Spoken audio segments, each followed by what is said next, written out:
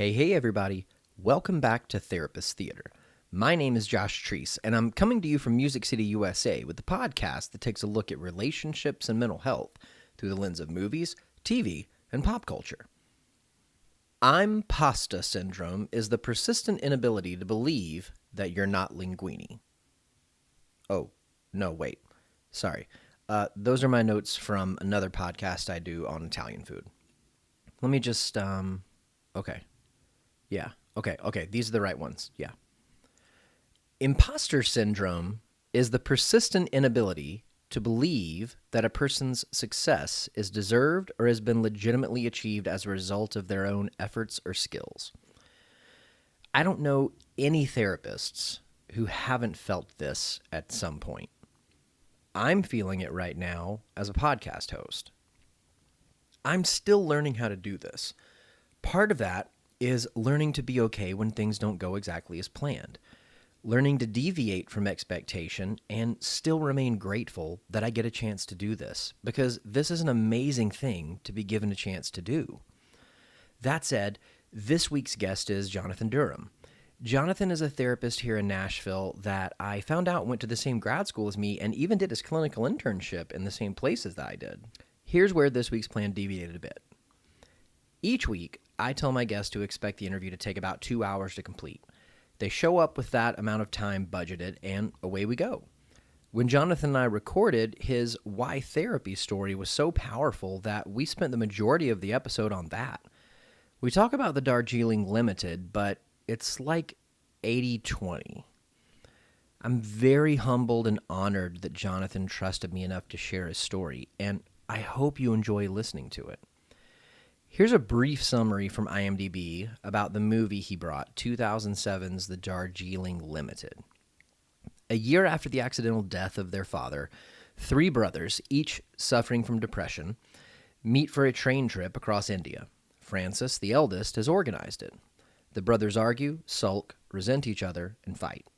The youngest, Jack, estranged from his girlfriend, is attracted to one of the train's attendants. Peter has left his pregnant wife at home, and he buys a venomous snake. After a few days, Francis discloses their surprising and disconcerting destination. Amid foreign surroundings, can the brothers sort out their differences? A funeral, a meditation, a hilltop ritual, and the Bengal Lancer figure into the reconciliation. Tell you what, after the episode, let's keep the conversation going on Twitter at Therapist Theater, theater spelled THTR. Let me know what you thought of the movie. I love you, but I'm going to mace you in the face. Or I could dim the lights, raise the curtain, and start the previews. Welcome to the theater.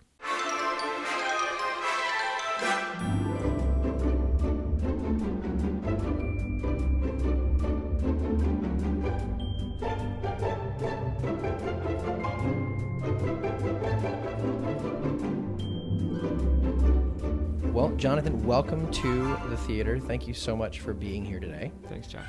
I like to start by asking any of the guests, why therapy? Yeah. Why is it that you do what you do? Yeah, and that really is a simple but challenging question in my case.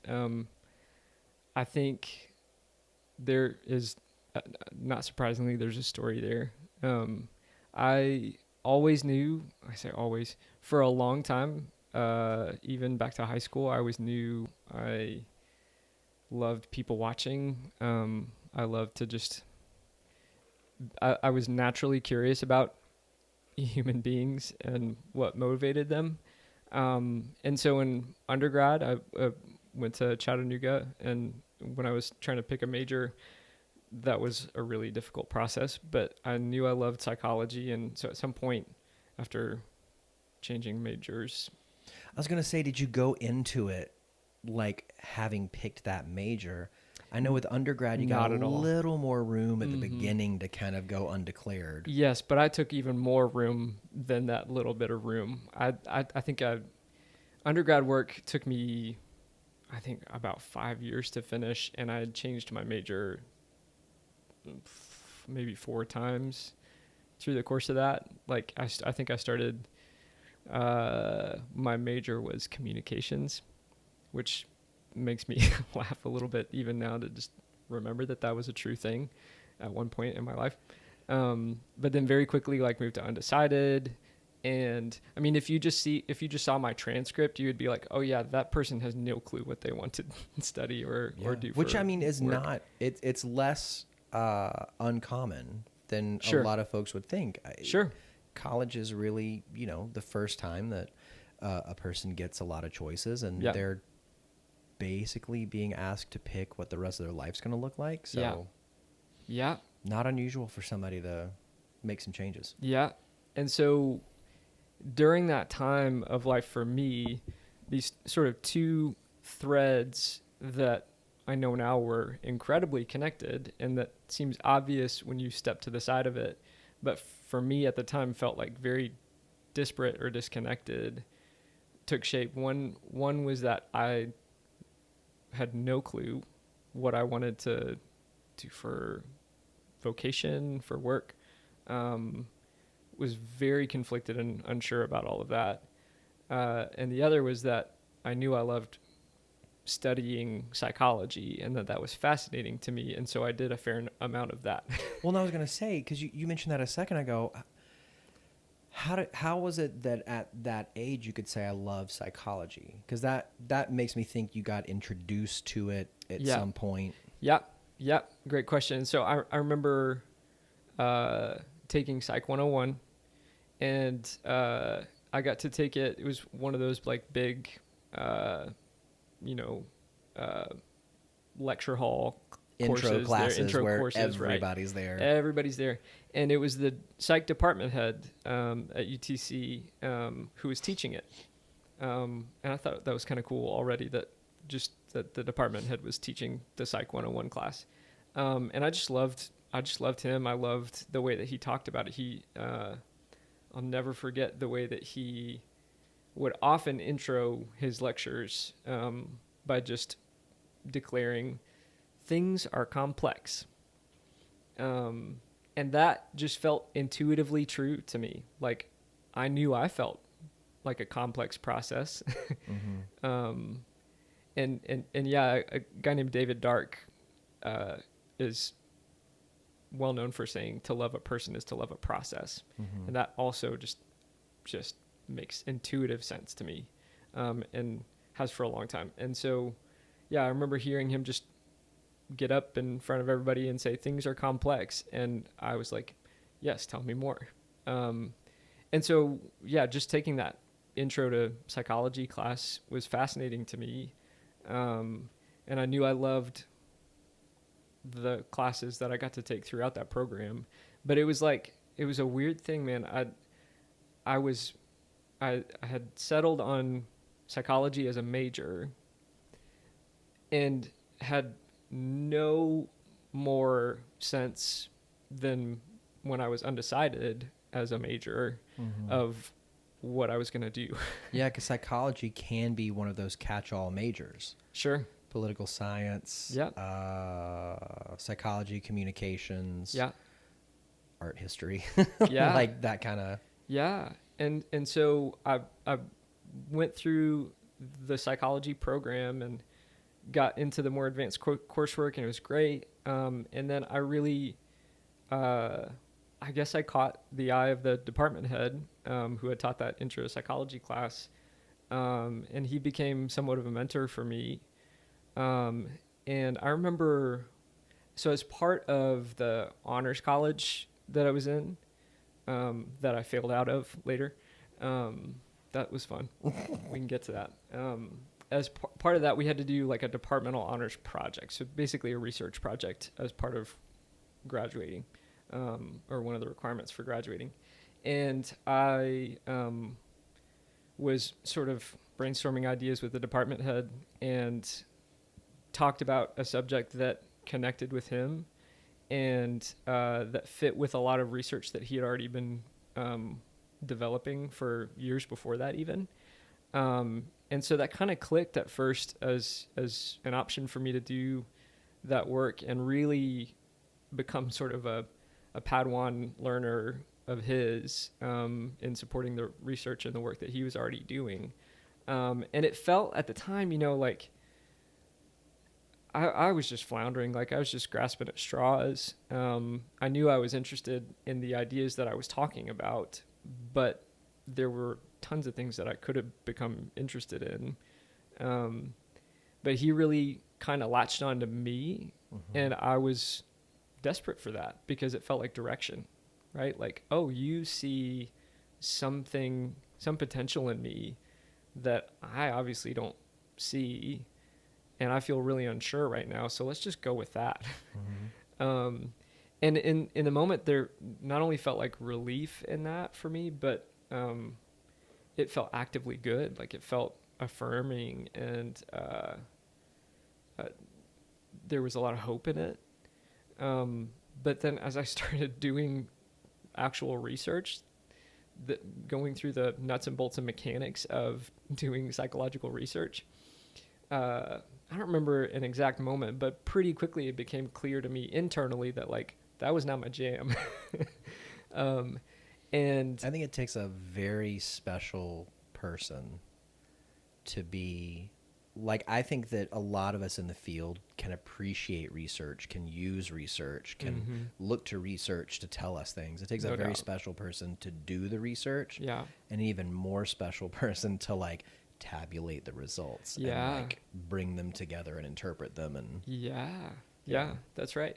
And so so I started to have this sense pretty early in that project that, like, that was not going to be a trajectory career path-wise for me that I was going to be okay with.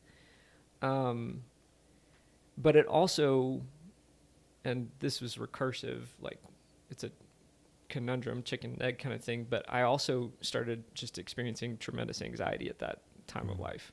I had been before, I just didn't know what to call it. And even then, when it was becoming really powerful and overwhelming, I still didn't have language for it. I just knew I felt extra confused, and my body was starting to register that experience. I was going to say, like, without having those words for it, like, how did you interpret it at the time? Yeah. It was a frog in boiling water thing for me. I know now that anxiety's been a big part of my story kind of all the way through. But because it was so familiar, it just felt like me. It felt like, just an essential part of me. Something that was a permanent Interesting that you said facet essential. of my experience of life. Yeah. Huh. And so, I wasn't able to name it because to name it at the time just would have felt like naming myself. You didn't think there was anything wrong, quote unquote, with you. You just thought you were you. And this is your experience being you. Oh, no, I definitely thought something was wrong with me. Oh. And there was hidden shame underneath that anxiety. But I thought there was something permanently wrong with me that resulted in this part of my experience, which I later learned to name anxiety. Yeah. Like you thought you had done something to... Yeah, like I also grew up in a spiritual environment where there was a strong emphasis put on destiny and calling, which even at the time just felt like really vague and ambiguous but powerful terms and ideas. And there's so much that I'm endlessly thankful for about my like formative spiritual environment and culture. Kind of like you needed to find God's plan, quote unquote, for your life. And for sure. And if you deviate or you don't find it, then... For sure. Yeah. For sure. Yeah, I was going to say there's so much I'm so thankful for. That's not one of those things because the result was just a tremendous amount of pressure and anxiety. Like, I had things spoken over me and to me in blessing and affirmation that just registered as pressure and a burden of responsibility that I don't think was ever mine, but that I carried pretty profoundly. And so, I also had this deep sense from that time in my life that, like, I was supposed to do great and unique things, and that was God's will for life for me, and that was like a point out in the universe that I had to sort of find my way to, and then manage to somehow never leave once I found it. And the shame was this sense of like, well, I don't have any idea how to do that or where to look. Which, like, where were you in age when this was kind of? Yeah. It really was coming to a head in my early 20s. So yeah, at that point, 20, 21, 22. Yeah. So you're under all of this tremendous pressure, some from external sources, Yeah. some that you're pressuring yourself under, Yeah. while, like, clinically and biologically speaking, your brain hasn't even stopped developing yet. No doubt. No doubt. Yeah. And here's another vital and complicating factor. I got married at 21. And that is very young. At the time, it felt like we knew we were young. It didn't feel that way because I had a crush on her since I was 10 years old, and we had been friends for over a decade at that point. Over half your life at that point. That's right. That's right. And also I'll say that of all the confusion and chaos that I dealt with internally, that was one thing that just had always felt clear. And so that was a source of incredible peace and comfort and joy and excitement, was just that relationship that had always just felt clear to me. And yeah, all across the board, clarity is not something that is very familiar to me. You're not alone in that. Sure. Yeah. Yeah. You're right. You're totally right. I was just saying to a client earlier today that, I think that as a kid, you imagine yourself as an adult having all this certainty. Yeah. And then you get to be an adult and you realize for you, you're operating on a best case scenario, educated guess. Worst case scenario, just kind of dart at a dartboard kind of thing. Yeah. And then I think the next kind of level is realizing that everybody else is too. Sure. Yeah. You're just doing your best. Yeah. That's totally true. And I did not know that in my bones at that point in life. And so I thought that it just meant like I was behind or there was something wrong with me that I needed to fix, but I needed to fix it in such a way that like no one else had to be involved or you had to do it on your own. I had to do it on my own and internally. That doesn't play out well. Yeah, you were just a balloon getting ready to burst. Yeah, that's right. And that doesn't play out well in the context of marriage. Especially like, even though we were young, we had been best friends for years at that point already. And I would have told anybody that she knew me better than anybody. Well, she didn't know very much of what I was experiencing.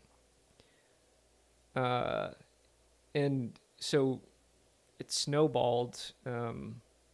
That's another thing that I learned that became really clear at that point in my life, is that I was so terrified. Maybe my worst fear, even worse than what if I never find God's will, or what if I never settle on a field of study or a career or anything like that. Those were big fears, but my worst fear was of letting down or disappointing people that I loved and who were connected to me.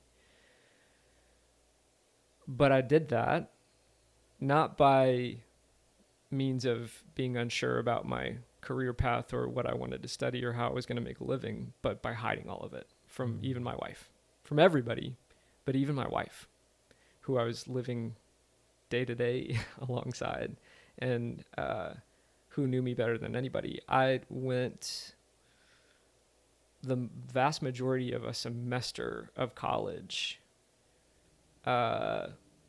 dealing with pretty crippling anxiety, like stopped being able to go to my classes, basically unintentionally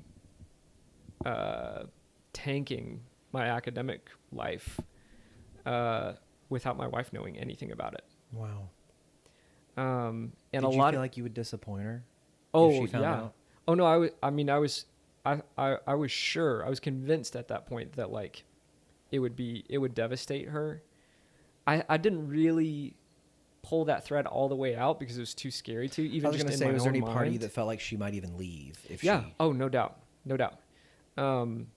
Yeah. And because it was so internal, I couldn't even name that fear. I think if I'd been able to name it out loud, to speak it and say like, I'm scared my wife who loves me will leave me and think I'm a criminal human because I'm dealing with anxiety and I'm not sure what I want to do with my career. Yeah, that sounds If I'd like been able to shame. name that, I would have been like, hang on, that, I don't know if that's good math. I don't know that she's certainly never given you any reason to think that would be how it would go down. Where's that coming from? I think I might have been able to access the shame driving that, Yeah. but I didn't even feel like I could name it to anybody because I needed to do it all internally and make it okay before I could let anybody else in. Yeah. Which, like, I mean, in the story so far that you've said, you know, the fear shows up.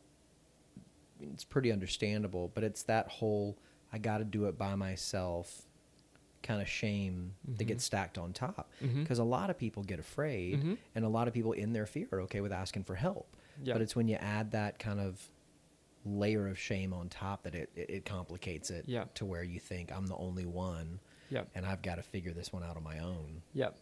Yep. For sure. For sure. And so I started doing even just more irrational things. Like I remember at one point in that semester, my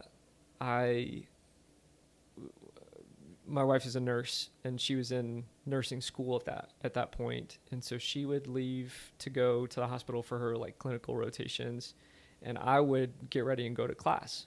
Only instead of getting ready and going to class, I would actually like get ready, gather all my books, get on my bike. We had an apartment just right off campus. I would get on my bike, I'd ride down to campus. I'd ride down to the academic building where my classes were.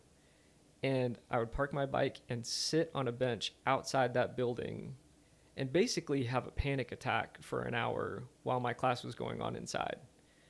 And then I would ride back. Wow.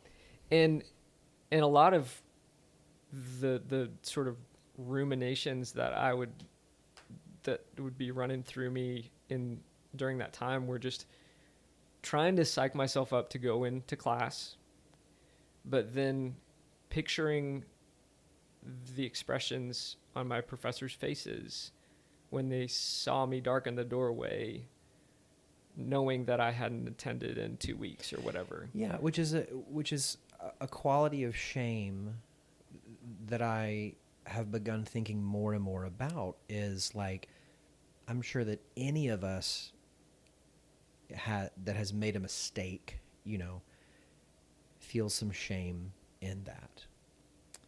Let's say that we hold on to that. Let's say that we don't maybe go to the person that we've made a mistake with. Then that shame begins to grow. It begins to build on itself. And the longer that we try to disengage, the greater it becomes and the more isolating it acts. Yeah. It's like a spiral of shame. Yeah. Oh, no doubt. No doubt. And shame and anxiety, yeah, they tag teamed for me, to be sure. Yeah, and so it's a long story, but I'll fast forward a little bit. So that was going on, and the professor, the department head, started being like, "What's going on with you?" And I didn't know how to tell him. If I didn't know how to tell my wife, who I knew loved me. Is this happening within like a month, a year? This was probably building over a 6-month period of time, but really worsening precipitously over the course of this a semester, and or I guess a majority of an academic year. And yeah, I mean, it got worse and worse and worse. Finished that semester, basically, yeah, just tanking my GPA. But still, no one in my life knew anything about that. No one knew anything That about that. sounds so lonely. Oh yeah, it was far and away the loneliest time of life.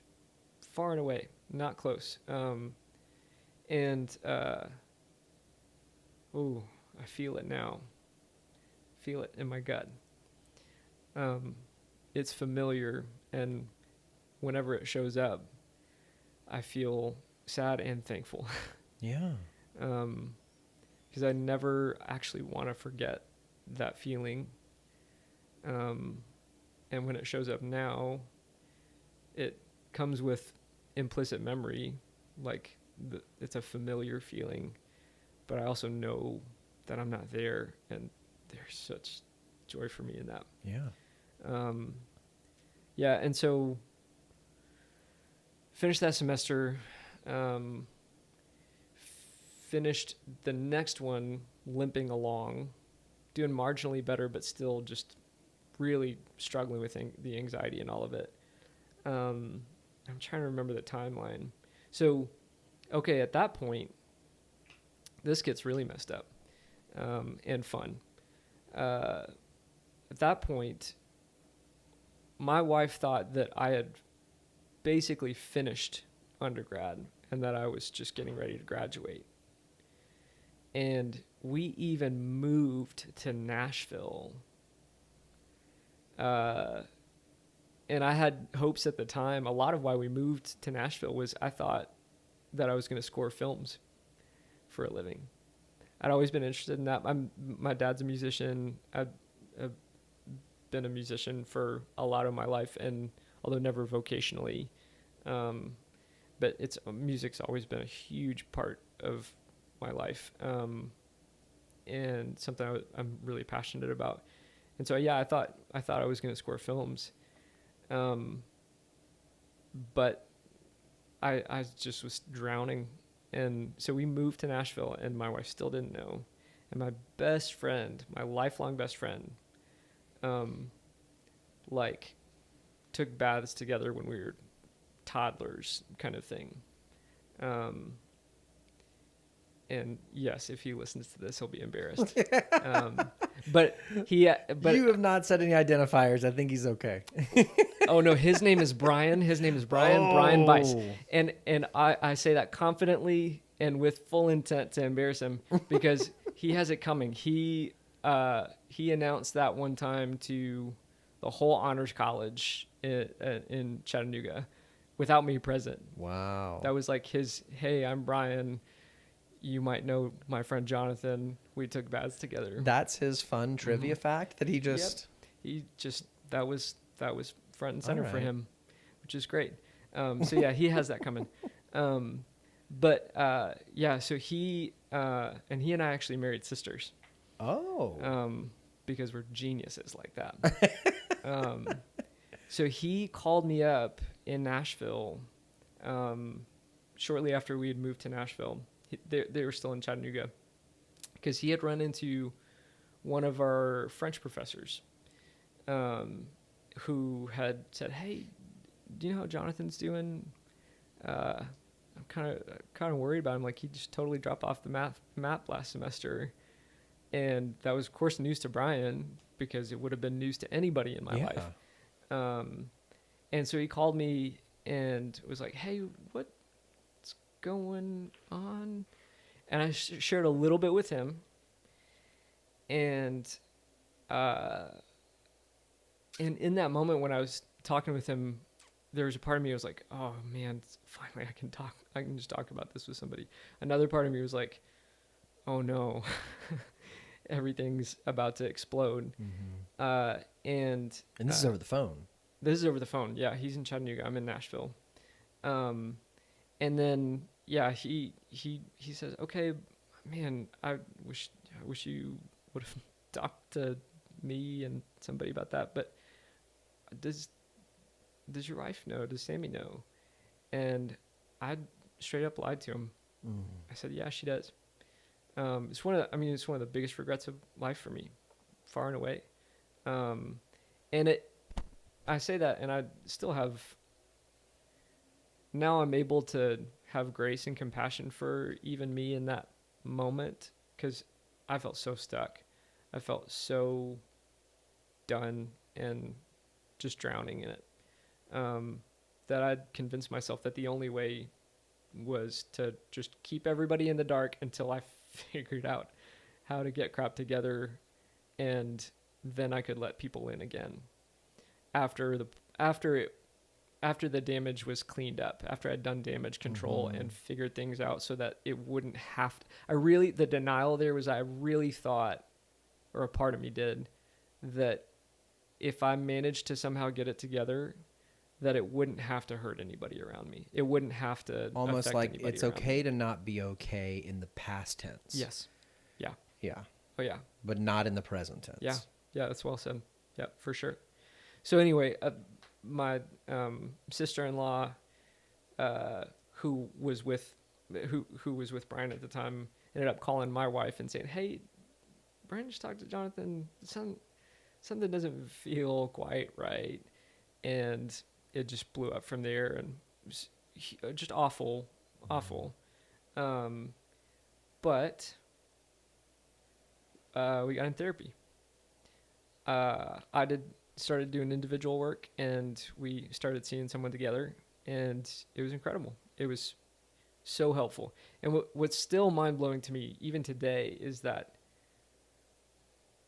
I realized then that I had really never considered therapy or counseling, even in studying psychology. Like you'd never consider it as a client or as a career? Either. Yeah. And if I do remember having some very tepid skepticism about it. I remember thinking like, yeah, that seems like a thing that could help marginally for people, but probably nothing to it. Like there's probably not a whole lot there. Do you think any of that came from the same place that the God's plan, destiny kind of... I know that sometimes the church has a bad reputation when it comes to mental health. Sure. Maybe. Yeah. I think there's probably something there. I also think it just fit. That was in line with an overall fatalistic external locus of control kind of spot that I was in. And shame as well. I mean, shame's going to tell you nobody else will understand. Yes. Yeah. And because nobody else will really understand, no one is equipped to help you with this. Right. And so, yeah, I mean, it was so humbling and humiliating. But we got in therapy and started working, and it helped. It helped a lot. So yeah, the way that I think makes sense to describe it to me, for me now, is that I always knew I was fascinated by people and by myself in a way. I made no sense to myself in a lot of ways, and that was interesting, even though there was shame there. But it wasn't until all of that happened that I realized that I actually love people. Well, I wonder if like the interest and the fascination in people, in other people, could have had something to do with maybe thinking, well, if I can learn to understand them, I can learn to understand something about myself. Yeah, no doubt.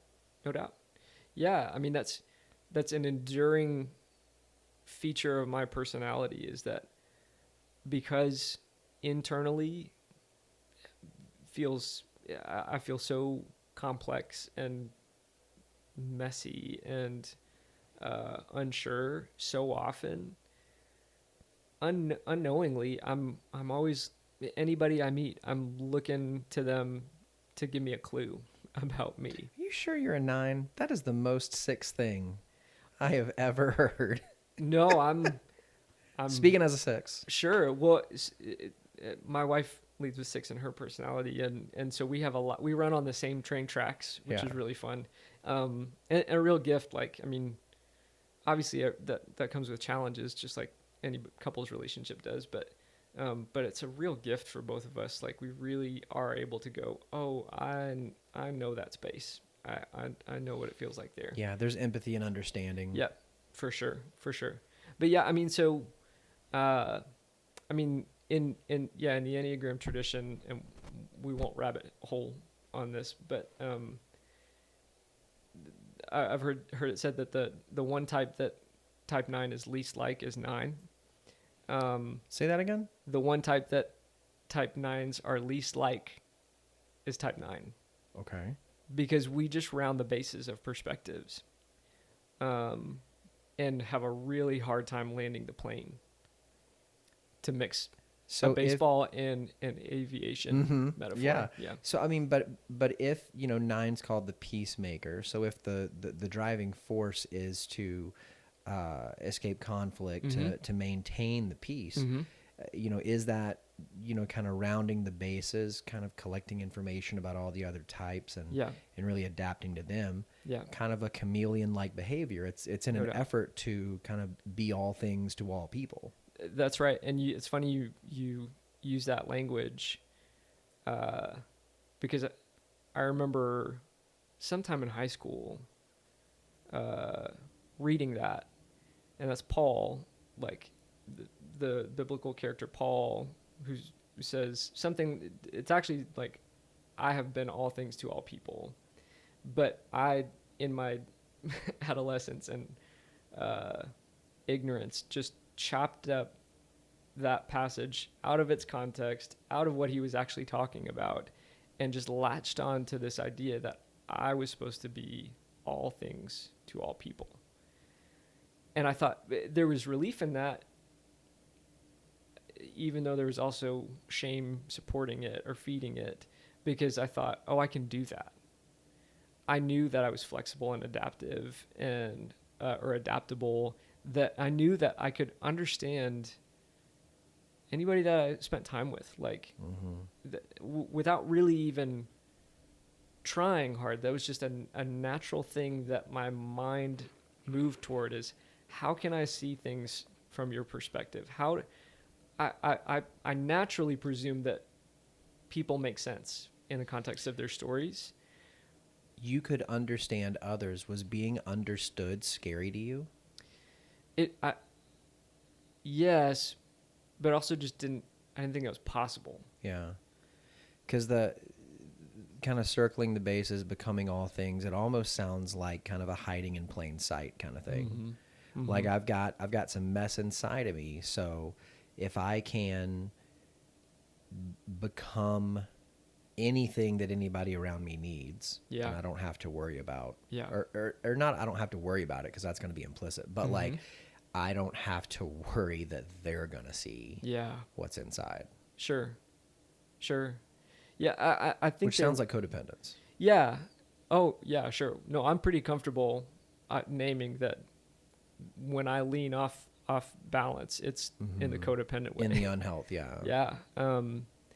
And yes, so there's fear, but also, like, there's a part of me that's always hoping, like, almost desperate for that. Like, I want people to see me, because then maybe they can give me a clue. They can point me in the right direction. And so then, fast forward a little bit, like, some of my own work in therapy really broke my heart in a good way, and filled me with a compassion and grace for myself that I didn't think was possible, but also just for humanity, just for humanness. And so I love that. Although I feel like compassion for humanity is a little more common than compassion and grace for ourselves. Yeah, but I don't think that's genuine. That's not complete compassion then, is it? Like, if I have compassion for others, but I don't have it for myself, if I'm unwilling to extend it to myself, I don't think that's true empathy or compassion. I don't think that's true grace. Yeah, I think that's a really interesting way to look at it. And I think if you even look in the Gospels where, Christ gives, the first and second greatest commandments. The first being, love the Lord your God with all your heart, mind, soul, and strength. And the second being, love your neighbor as you love yourself. And it's that kind of as where the phrase turns there. It's almost like an assumption, presupposition that, that you would be able to love yourself in the fullness of what that word means, to care for yourself. Yeah. And so I think, it's almost like the sentence has been placed out of order on purpose. Yeah. And what I also love about that is that is both a command and a call, but I also think it's just Jesus acknowledging the reality of how human beings work, right? Like, I think it's an acknowledgement that turns out that's the only way that anybody gets loved. Like, that's, if you want to love your neighbor, if you really want to love them, you're not going to be able to extend genuine love for them if you hate yourself, or if you're unwilling to love yourself or receive love, because then whatever you're doing for them is penance or some sort of like you're trying to earn your way. Exactly. That's right. Yeah. And the other way around is true too, right? If you if you love yourself instead of liking yourself or approving of yourself or defending yourself, if you really are in trying to take the posture of love toward your own life and identity, then that will flow out inevitably and result in a deepened capacity for love of others. So did you get there in your story? Where? Did you get to where you could love yourself? I'm working on it. Well, yeah, I mean, it's a journey. It's a journey. Sure. Yes, past a critical mass or like a minimum threshold. Yeah. I would say, lean more towards Erikson and Freud. Like, we're going to be developing our whole lives rather than being done at age 8. Right. Yes. Yeah. No doubt. Yeah. It's just, it's slow. I've learned that it's slow moving work with me usually. Because with everyone. Yeah. Okay. And actually that's part of what I love about the movie, The Darjeeling Limited. It's part of what I love about it. It shows how change for most human beings is actually just very subtle along the way, and a long process. But I'm getting ahead of myself. So yes, as a result of that, I was able to accept grace, and man, so much of that was just because my wife embodied it for me in just such profound ways. But even then, the idea of going to grad school and training to become a therapist and do that myself just wasn't even on my radar. And it was actually my therapist who kind of called that out. I had mentioned in one session that earlier in my academic career, I just always imagined that I would go on to grad school and maybe even do a PhD one day. And I had this sort of, what I said at the time was a naive dream that I would be cut out for that. And he kind of pushed on that. He was like, hey, you're totally grad school material. If you want to do that, you can still do that. And it just, when he said that, it was mind blowing, even though it shouldn't really have been, but it tells you something about the place that I was in. Even though I was starting to heal, it still just felt like, well, yeah, you still had those same messages. Yeah. I imagine, I really did imagine, like, okay, great. I'm learning some really vital stuff here. That's going to help me a lot in my career as a lifelong pizza delivery guy. And really, like, I say that, and that can come with some connotation, but I actually was in a way okay with that. Like Yeah. I'd realized, okay, I can have all the importance that God or anybody else, myself included, would want me to have, all the work that I need to do in my life could totally be accomplished if even if my vocation is a pizza delivery Yeah. guy. Well, I had a similar place in my story. Y- I mentioned earlier to you, I had worked at Starbucks for quite Yeah. a bit and had gotten the job at Starbucks so I could continue in the therapy that I had already started because Mm-hmm. their health insurance is Right. primo. Yep.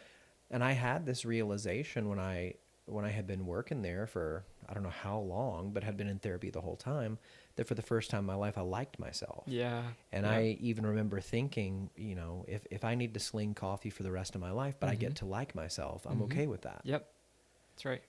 Yep. For sure. For sure. Yeah. Side note, I worked as a barista for years, all the way through college, and just loved coffee. And I mean, I really loved that work. And I've said often, it's still true. Like, if I could have earned a half decent salary as a barista, I might still be doing it. Mm-hmm. I really might, because it was good work. Yeah. Just really good work. You get to a place where your hands just kind of go on their own and you can just talk to the people standing on the other side of the bar. That's right. It's great. And people watching. I Mhm. mean, man, coffee shops are great for that. But yeah, that's a tangent. So yeah, that kind of blew my mind when my therapist said, you know, you could still actually do that. It's not too late. It's not too late. And I mean, I was probably 20, 23, 24 years old at the time when he said that, already thinking it's done, it's set in stone. I don't have any I don't have any future. You know how old I was when my therapist said that to me? Mm. 33. Yeah, wow. Yeah. So it was Yeah. even more not too late. Sure. Sure. Yeah. Oh man.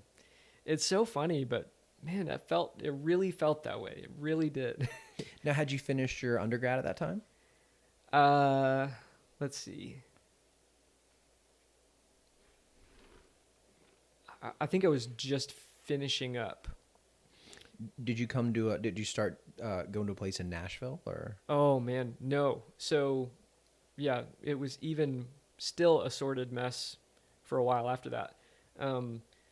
Everything came out, everything was out on the table, and we were just trying to salvage something, right? And then I had found a job working at a group home in Lebanon with teenage guys in state's custody, and hardest job I've ever had in my life, but absolutely one of the most meaningful. And yeah, I started working out there partly because my academic advisor back in Chattanooga had told me that I could get course credit for that. And so we were led to believe that that was going to finish out my requirements to graduate. And so I could just essentially work this pseudo internship, get course credit, and that would finish it out. What we didn't know was that that was just going to give me basically just extracurricular, non-categorized college course credit that wasn't actually going to meet the requirements that I needed it to meet. We didn't know that at the time. So that was also fun. And that, like, when we found that out at the end of that semester, like when I got 16 hours worth of class credit that we paid for and it still didn't help me graduate, that was another low moment. Yeah. I mean, for both of us, it was really, I think my wife would tell you that that was maybe even more difficult for her than it was for me, because even though that was really discouraging, I hadn't lied about anything and I hadn't been hiding net positive anything. So I actually felt really frustrated and discouraged, and I still had a lot of shame about just like feeling like I was this dead weight hanging on to my poor wife, just dragging her down.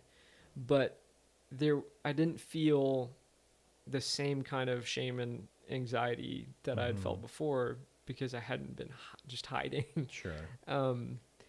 But so anyway, the last semester that it took me to graduate after that, I commuted to Chattanooga. How often? I would go down I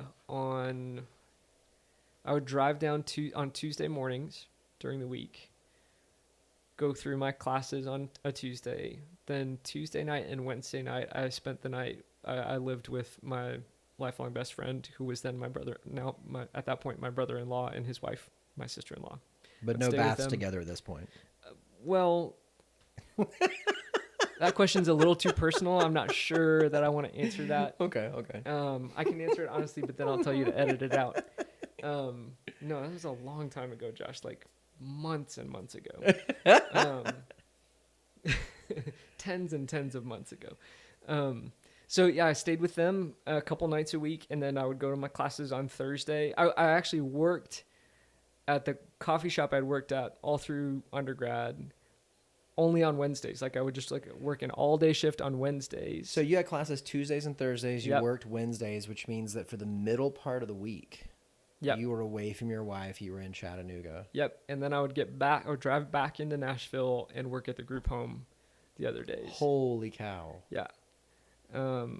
Yeah. And that I did that for a whole semester, but that was such a redemptive time.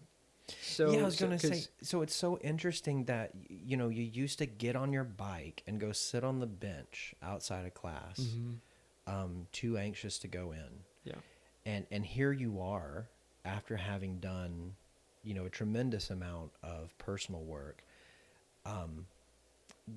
going farther than your bike would have taken you, and being away from your wife, Yeah. and just working so hard, Yeah. and being able to do it. Yeah. Yeah. Because of what you had processed of what was on the inside of you. Yeah. Yeah. For sure. Well, and one of the really concrete and endlessly orienting things I learned through the process of that brokenness and therapy and healing was that in the face of my anxiety and shame, I just needed to try to focus on and try to discern the next right thing, and just do that. And then once that was done, what's the next right thing? Yeah. Well, that's good. I mean, that's good recovery and addiction talk. Sure. Sure. That's the majority where my work is concentrated. And so often, you know, I'll have somebody sitting in front of me where, you know, they are feeling such anxiety, thinking, well, there's no way I can keep this up for 5 years. Yep. Right. And I'll say, you're absolutely right. You can't. That's Can right. you keep it up for 5 minutes? Yeah. Can you keep it up for 5 hours? Yeah. Can you do it for 24 hours? Because Right. that's all that really counts. Right. Because we don't have tomorrow. Yeah. Tomorrow is something that, you know, it's a bit like Schrodinger's cat. It may or may not exist. Mm-hmm. And so all we really need to do is to take care of today. Yeah. I was listening to a podcast. I found Russell Brand has a podcast. I found and I absolutely love it. And Yeah. and he was talking to John Ronson, who's an author, on the episode I just finished this morning, and he was saying something along the lines of, worry is praying for something that you know will hurt you, or something like that. Mm-hmm. Something along those lines. You need to go back and find it. But it was something that I just thought, oh man, you know. And I know for me personally, I always looked at it as a bit of time travel. Yeah. I think before I did all of my work, I spent all of my time, you know, wanting to relive or dwell on or ruminate on the past, Yeah. or worrying about what was coming in the future, and, Right. and zero time in the present. Yeah. But that I get that. I get the, you know, focusing so much on what's out there that, and I think that's, you know, the majority of anxiety is future focused. Oh, yeah. Oh, yeah. You know, and that's why so many times where if a client comes into one of our offices and they have anxiety, we do grounding exercises. Mhm. We try to get them back in their That's own right. body, Yeah. because they've exited and they've gone That's right. so far out there. That's right. Yeah. Yeah. You you start living ahead. And one of the lies that my anxiety told me and tries to tell me still, and I'm not unique in this way, is that you can soften the blow.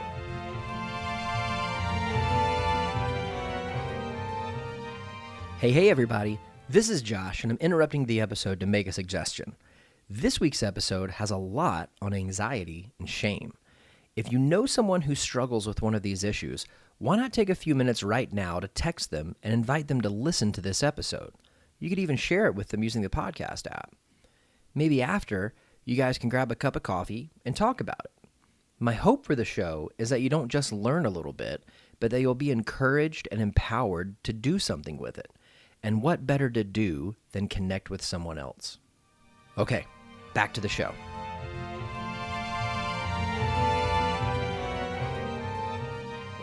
If you go through the scenarios ahead of time, if you fear the worst, if you see it coming somehow, then it won't hurt as bad when it hits, which is just not true. It's a way of preemptively hurting yourself. Yeah. You're hurting yourself in the present with the idea that it'll hurt less in the future. Yeah. And so it really, anxiety ends up masquerading as self-care. So in that same podcast episode, John Ronson was telling Russell Brand anxiety serves a purpose. It's like he almost got to the right idea, but then he got a little confused at the end. Yeah. So he said anxiety has a gift because it allows you to think through all of these things. And so it keeps you on track and it helps you to not do all these things. And I just thought, oh man, you are just like cuddling your anxiety. You are just holding it like a baby, and you don't want to surrender it. You don't want to think that, Yeah. That's right. It's almost like I love being hypervigilant. Right. Yeah, exactly. I mean, I think about Inside Out and just the role that fear character plays. And yeah, of course it's got a job. That's an important job. But it's never going to go well when fear is driving. Yeah, and I think in that case, it's good to know, too, that he was one member of a team. Yeah. Yep. For sure. And the others were just as important. Yeah. None of those feelings or parts of us can go rogue without a lot of damage. How much of your work today is related to your story? Your clients that come in, do they primarily struggle with anxiety, or? I don't think that's a predominant theme. When I decided I was going to try to study and train, and went to grad school and started considering what I might want to do after that. A big part of why I started a private practice in the first place and why I'm where I am, which is in Midtown, was to be available to work with people in the music industry.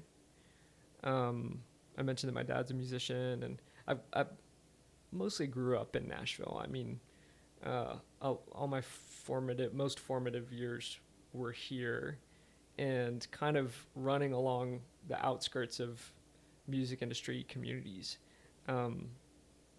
And so I had a very sort of specific compassion for people in the industry, not just writers or musicians, but engineers and road techs and producers, like people who depended on that industry for their livelihood, but also for a sense of identity. And that's true in any vocation, right? But there's something, that tension is kind of pronounced with creative industries or arts industries, I think, and Nashville's no exception to that when so many people move here with aspirations of making it and becoming known for what the art that they produce, the art that they make. What comes out of them. That's right. And then they encounter the realities of a business, of an industry. Why wouldn't we expect that to be messy, you know? Yeah, I could especially see that being damaging. Yeah. Because if you, I mean, you know, what is coming out as your art is you. And so then if that doesn't become lucrative, that's right, then it would be very easy to hear, you know, I'm not good enough. Yeah. There's something wrong with me. Yeah, sure. And so I just noticed that was a powerful moment. That was a crisis, a predictable, expectable, really understandable crisis that people would run into when they would come here. And the invitation that I saw and see still was to learn how to disidentify with your music. Not entirely, but again, to kind of like in narrative terms, to externalize that a little bit, to recognize that you're not what you make, and that's actually good news. Mm-hmm. There's freedom there, actually. Where for a lot of people who've been doing music and been passionate about it for a long time, that prospect sounds either just really uninteresting and not fun, or actively bad and scary. Yeah. Like there isn't a me without my music, you know? Yeah. But there is for all of us. Or I wonder if sometimes, you know, and I've only been here for about 4 years now, but I've gotten to take a little bit of a peek. You know, you see something like the movie A Star Is Born, where you have somebody who clearly has talent up to their eyebrows, and yet when they get into the industry decides, oh no, we're going to have you look like this. And then it's almost like by taking on, you know, this persona, to harken back to what we were saying, that then becomes their identity. Right. Yeah. You know, so I think on one side you're saying, you know, hey, you know, you've got this identity, your music's coming out of that, but that's not you. And then on the other side, you got this person who has an identity, but the music's being forced upon them, and that shapes their identity. Yeah. And either way, the true self suffers. Yeah, that's right. Yeah. And I mentioned narrative. That's a huge formative lens for me. You know Aaron Carr? Mm-mm. I got to introduce you to him. He's in my cohort. He's a narrative guy as well. Oh, really? You'd love him. Yeah. Awesome. Yeah. You guys could nerd out all the time. Yeah, for sure. For sure. Well, I love it because, I mean, so much of that has to do with taking a critical eye at the influence of culture. And thinking systemically, but especially about the influence of culture and on one of my favorite questions in working with anybody, not just artists or people in the music industry, is sort of brainstorming together, collaborating, kind of trying to outline this the main characteristics that it seems like our dominant culture rewards. So kind of just looking at trends, like what do you sense is popular? What do you sense is successful? What are your impressions? Not necessarily your beliefs, but what was your your sense or your impression about like what works, what doesn't, what's good, what's not when it comes to vocation or identity or relationships. What are the sort of implicit assumptions there? And we tease out some of those, and then we kind of consider, okay, what kind of a person is this culture calling forward? What kind of a person or what kind of relationship, what kind of identity is culture implicitly requiring in order for someone to have the good life, to be doing life right? And I'm, for podcast purposes, you can't see these air quotes that I'm holding up, but they're there. Trust me. I gotta figure out a sound effect for air quotes Oh, because that's good. that's happened over the past couple episodes. Is somebody Mm-hmm. said, "I'm doing air quotes now." Mm-hmm. You Yep. know, That's true. You should get maybe right I'll on get that. like a Yeah. hand bell, and if you Uh-huh. want to use air quotes, you can just ding it, and that'll. Yes. Yes.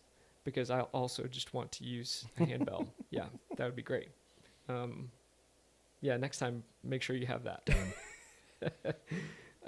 But I just find that to be a really generative question when we're doing any kind of identity work. If I don't feel like I fit, or if I feel like I'm off from the sort of track of what life's supposed to look like or the script rather of what life's supposed to look like if you're doing it right, or if you're the right kind of person, it's so helpful to just think critically about that and go, okay, hang on, culture's asking for a person, or insisting on you being this way. What do you actually think about that? What parts of that do you Yeah. want to adopt and hold on to, and what parts of it need to go? Well, I think I say this to all of my clients. I think I've said on the show before. Like a healthy life requires reflection and intention, Mm. and so I think that sometimes, and I could see it being especially prevalent in any kind of creative business. You know, you get so hyper focused on something, and you just tuck your shoulder and start running as hard as you can towards it. Yeah. That you never stop to take a look around and say, is this what I want? Mm-hmm. Is this going to cost me Yeah. in the pursuit of this, and is that worth it? Right. Because certainly some people's answer, may be, yes, this is what I want. Okay, great. Well, what can we put in place Mm-hmm. to make sure that you don't kill yourself in the process? Mm-hmm. Either metaphorically or literally. Sure. Yeah. And if it's not something that you want, okay, great. Yep. Let's work on what you do want. Yeah. But without kind of every now and then at regular intervals, just kind of pausing, looking Mm-hmm. around, evaluating where you came from and where you're at, Yeah. you don't really have a shot at, with intention, Yeah. saying this is where I want to go. Yeah. Yeah. Yeah. That's right. Yeah. It kind of thinking more about like what some of the dominant themes in my early work as a therapist have been, even through grad work, which I loved and was just so cool, so wonderful for me.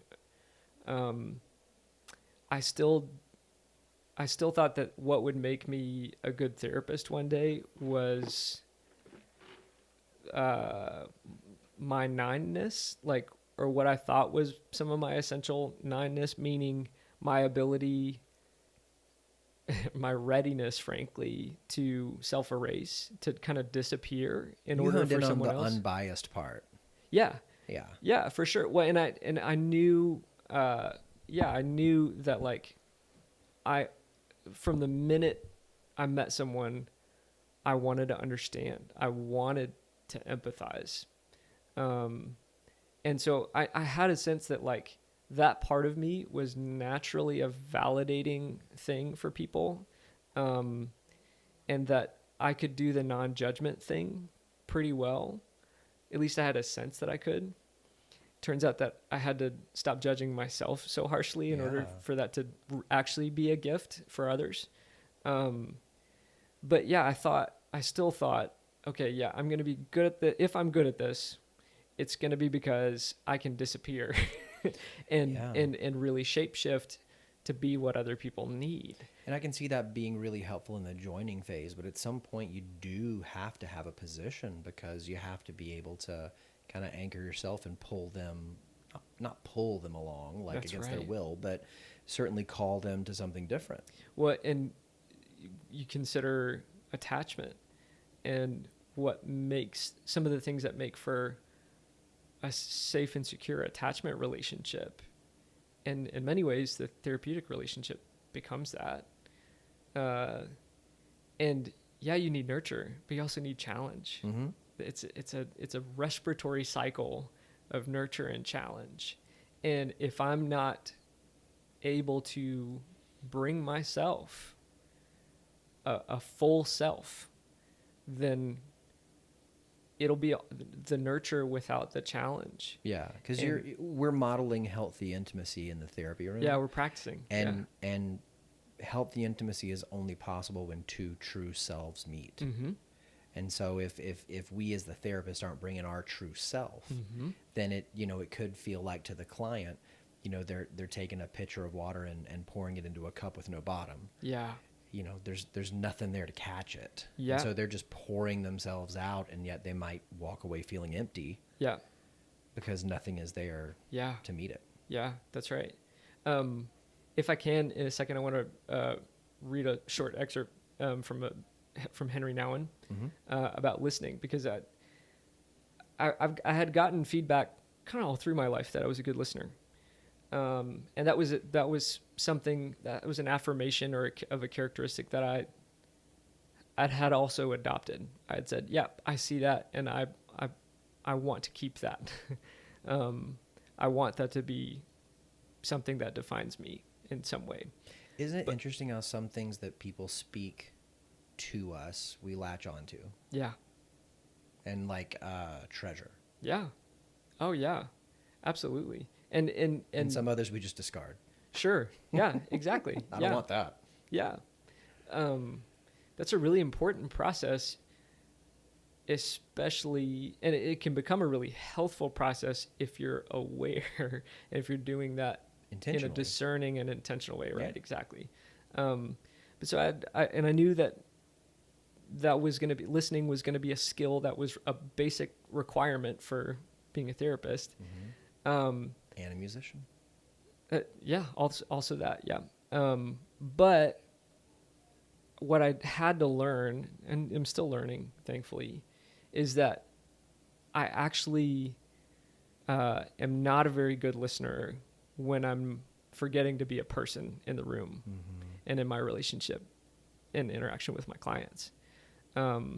Because if I'm not a person, what I'm offering is not fully a human. It's false intimacy. Yeah. Yeah. It's false intimacy. That's right. And it may feel good momentarily, but it's not rooted. It's not grounded or grounding. It's not authentic. It's junk food. Yeah. And so, and I really thought when I started realizing that, I thought, oh crap. Okay. Well, that's way harder for me to like learn how to be myself and do therapy, or be a self and do therapy, but I'm going to try that.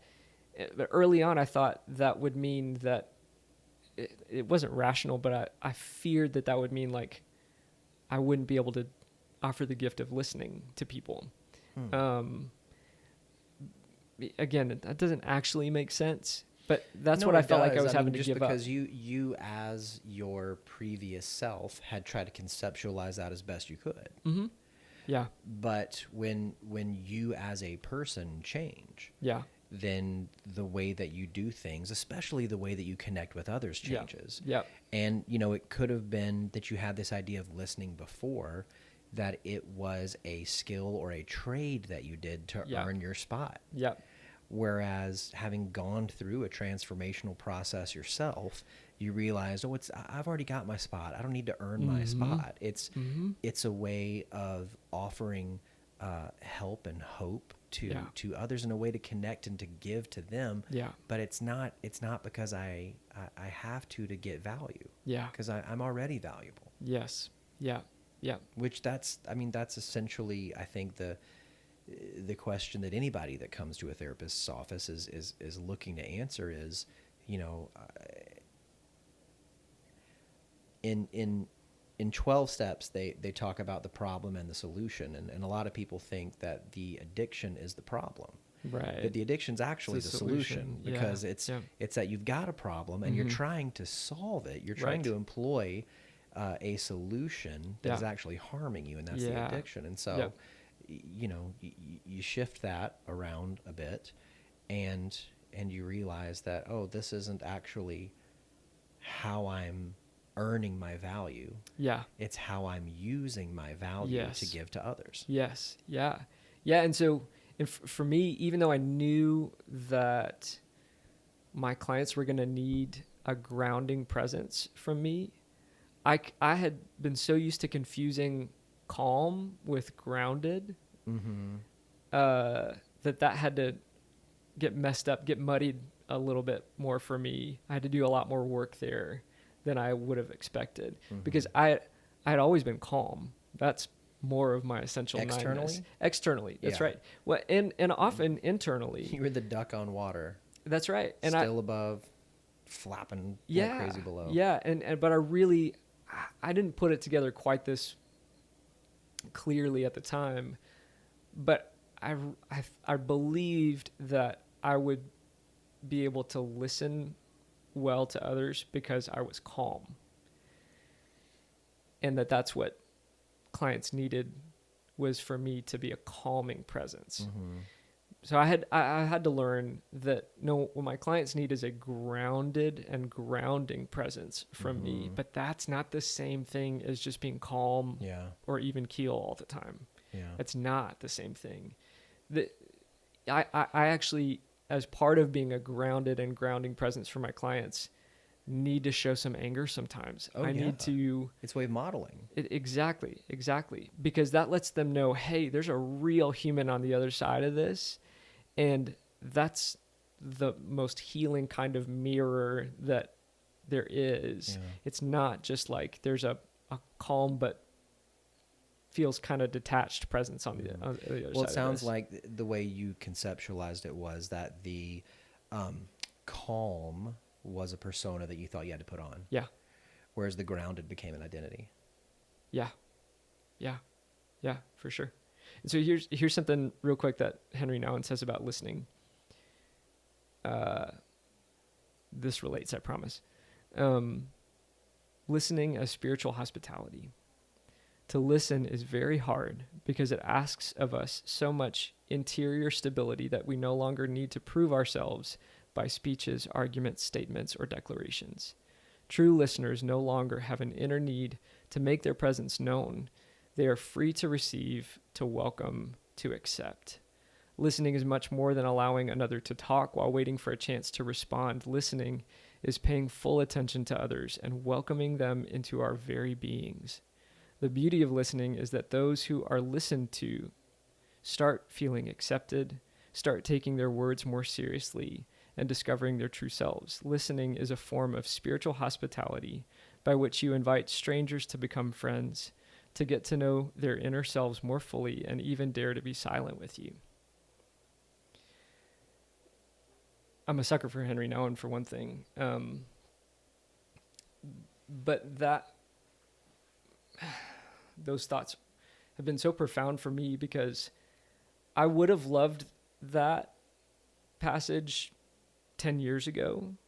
I would have connected with it on some level, but it means so much more to me now because I think that picture's a little bit more complete for me. That what he's talking about, being free to receive someone. I, earlier in life, would have thought, yeah, I'm free to receive someone, but that wouldn't have been true because I actually would have felt empty. Yeah. And that's not freedom. That's kind of a codependent need to have someone come close to define me so that I can have definition, so that I can have weight. Does that make sense? Mm-hmm. And so the thing that I feared I would lose, I thought I would lose the ability to have listening be a gift that I offered people. I'm discovering I can have more fully, actually, by being a real person in the room, Yeah. by being connected and engaged and human. Wow. Well, I think it's a good point for us to switch into talking about a movie. So Got it. what movie did you bring today? It's called The Darjeeling Limited, directed by Wes Anderson. Yes. I have a very love-hate relationship with Wes Anderson. Great. Tell me about it. I hate everything he's done except Fantastic Mr. Fox, which I love. Okay. And it's really like I feel like as a storyteller that he operates on a different frequency that I can hear. Yeah. Sure. Visually, I feel like you can pause any film that he's ever made on any scene, and Yep. you have a beautifully composed, like, film cell. Yeah. Like, I feel like if for some reason, you know, his life would have shaken out a different way, he could have ended up as a cinematographer and won just all of the Oscars Oh yeah, no for as doubt. long as they would offer them. No doubt. And I think he's gotten better and better. One of his more recent ones, the Grand Budapest Hotel. Yeah, every single frame of that movie is art. Yeah, and even there were parts in this one as I was watching it that I would just see the composition of the frame. There was a part where I'm thinking it's where the brothers are going to get their dad's car, and then as they're getting it out of the garage, a truck comes and almost hits them, and they all kind of like, you know, are yelling at the guy that's driving the truck, and then when the camera turns, you know, towards them, you know, two of them are standing on the right side of the frame, one on the other side of the car, on the left side of the frame, and the car in the middle, which Anderson's kind of known for, you know, centering everything in a shot to where there's this like perfect symmetry on both sides. Yeah. And here, you know, he kind of played around with it a little more, where he would weight, you know, one side more. So he's got that. He's also got this notoriety for, I don't have a better way to describe it, but I call it like a dollhouse shot. Yeah. Where, and it was especially evident in The Life Aquatic, right. Fantastic Mr. Fox. I saw it a little bit in this one on the train, but where you'd have, you know, somebody in a room, and then the camera will just move straight down through the floor to a different room and maybe left. And then even at some point, and they did this a lot in, oh my gosh, the one with Ben Stiller. I'm blanking on the name. Royal Tenenbaums. Yes, the Royal Tenenbaums, where it would zoom all the way out and you'd see all the rooms at once. Yeah. So he's got these like visual like trademarks. Yeah. But storytelling wise, other than Fantastic Mr. Fox, which as I was thinking about it today, I think lines up. It's the exact same style of storytelling that's in every other. So the only difference I can think is that maybe since it's stop motion, it allowed my brain to kind of like accept it a little more than trying to pick it apart. Yeah. But it's almost this like how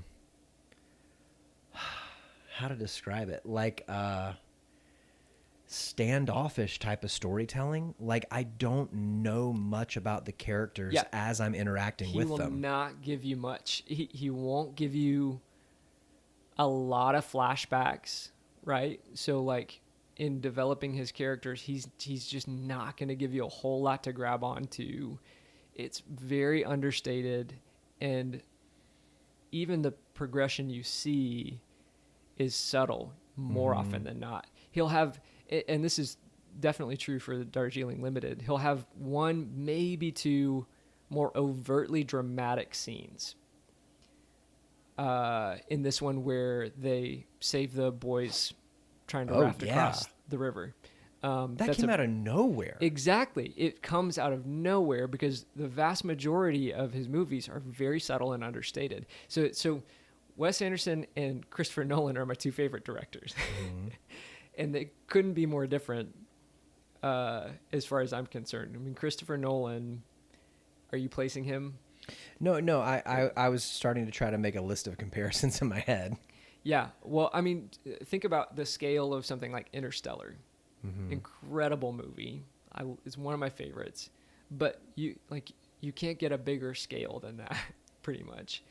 And then the scale and scope of a Wes Anderson movie, it's hard to get much smaller than that in a lot of ways. Yeah, although I'll say that both of them use a lot of practical in-camera stuff. Like, I mean, so like if you were to break apart the technical aspects of Wes Anderson, like all of this one was filmed on location. All of it was filmed on a real train. On a real train that they retrofitted. It's really cool. Yeah. Yeah, and then you look at Nolan, and you got stuff like in Inception. They built that hallway to where it rotated, which is very Stanley Kubrick. Sure. Kubrick. I actually haven't seen Interstellar yet, and I feel totally ashamed to say it. I gotta. No shame. It's on Amazon Prime, and it's been on a watch list forever, and I have Mm-hmm. wanted to watch it forever. Didn't Mm-hmm. see it in the theater because at the time I looked at the runtime and I was like, I can't right now. Right. Yeah. I can't right now. That's and then totally understandable because that is an investment. and it's also not Yeah. one that you want to put on while you're doing other stuff. No. Mm-mm. That's just it. That's part of why it's funny even to me that those are two of my favorite directors, because when I watch a Christopher Nolan film, I expect to be moved to my core. Like I expect to feel shook at the end of that movie and several points throughout. So I expect like a dramatic impact from his movies, even just on the level of spectacle. Like I expect that There's a very from big sense of awe. Yeah, that's right. And you don't get that sense with a Wes Anderson movie ever. There's no awe there. In fact, this is also one of my favorite things about him. His characters, he writes characters and develops characters that are pathetic and heroic at the same time. Because you're not getting a ton of history or context, like flashbacks with those characters, they're not super self-aware or overtly reflective characters, and these brothers are no exception. The brothers in Darjeeling Limited, they're no exception to that. You kind of see their patterns of behavior and their dynamics, and you go like, how are you just putting together these very obvious things about your life and your relationships? And so you're tempted to see them as pathetic or to pity the characters almost, but then they also are just very human, and in their humanity they show a lot of heroic qualities too. Do you think that one thing I thought about watching this was, so we did an episode a while back on oh my gosh, Terms of Endearment. Yeah. And one thing that I thought about that movie was I don't think it could be made today. And if it did get made today, there's no way it would be made the same way because there wasn't really a plot. It was almost like they defined the characters at the beginning so well, and then they just kind of let the characters go where they went, and then they picked an end point after the run. Maybe they even just said, all right, we got a runtime. Here's what it is, you know? Whereas I almost feel like with Wes Anderson, it's, you know, the characters aren't defined super well, personality-wise. Visually, they're always defined tremendously. You can see, you know, a picture of a Wes Anderson character, and more than likely, you know, say their name or know what movie they're from without knowing much about them, you know, as a person. But I kind of wonder, you know, do his movies all, instead of defining the characters really well, have an inciting incident that then not necessarily defines them, but changes them? So, you know, you have the three brothers in here, and then you have that incident that occurs at the river with the children, and there's something in their, certainly something that changes in their relationship, maybe even something that changes within each of them after that, because you know, you do have the two that were basically thinking, how do we get away the whole time? And then after they go through this crucible together, you know, decide, no, I think we'd rather stay together. Life Aquatic, you've got, you know, maybe the inciting incident happens before the film even happens, but, you know, things like that. But so I wonder if maybe, you know, Anderson kind of structures his storytelling around kind of a transformative incident that happens within the story. That I've thought a lot about that, because he definitely uses crisis, family crisis in particular. But you still have to be like looking for the changes and the movements that result in the characters. Yeah, this is really subtle. So for example, and a good example of that in this film was after that scene where they try to rescue the boys going across the river, and Peter, Adrian Brody's character can't save his. He says, I couldn't save mine. and he's obviously torn up and dejected, but it's not as dramatic as you might imagine. Yeah, that one line I thought seemed like was so objectifying. I couldn't save mine. Yeah. Oh yeah, for sure. Almost like with your siblings or something when you were a kid, the other ones can do a cartwheel and you can't do a cartwheel, and Yep. you just look at it as, oh, I couldn't do what you guys did. Mhm. And he says, I couldn't save mine. Yeah, that's right. And so, but then you remember, and Anderson does not lay this out for you. He does not do a lot to help you connect these dots. But you remember that Peter is about to have a son, and all anytime it comes up before that, he talks in that kind of objectified way about his own son as this just almost this abstract thing that is going to happen to him. That he mostly wants to not think about or talk about, and almost be in denial that is actually going to happen. He talks in that way about his own unborn son, yet to be born son. And then he has that experience and he says, I couldn't save mine. And then after that, when they're getting dried off and they're in that village and being sort of nursed back to health themselves, there are a couple of shots that you get that are, if I'm remembering right, almost entirely without dialogue, where you see Adrian Brody's character, and he, one in particular where he is holding a baby. Do you remember this? Mm-hmm. He's being encouraged by other men in the village to hold this baby, and you don't know whose baby this is. All you know is it's a baby, and he's being encouraged to hold it and cradle this child, and you can just see on his face like this expression of, I don't know how to do this, and actually, like, don't you know I'm probably the least qualified person here on the planet to care for a child right now, given everything that's just happened. So you can see it just breaking him, but it's a couple of seconds long and without dialogue, and they don't really come back to that or tease it out at all. And of course there's a part of me that's like, no, that we could camp out there. There could be a 10-minute scene there where all of that is getting sort of worked through. I mean, and the therapist part of me is like, oh man, come on, we got to go to town there. We got to process lean in over there. content. Yeah. Yeah. But there's something really powerful to me about. Oh, and for the majority of the movie, he didn't even know he was having a son. There's a part where he finds out that it's a boy, and they go, wait, he was already born? And he goes, no, she had a test or sonogram or something like that. Yeah. Where it said it's a son. Yeah, that's right. But he's still so detached. He's so just separated from that.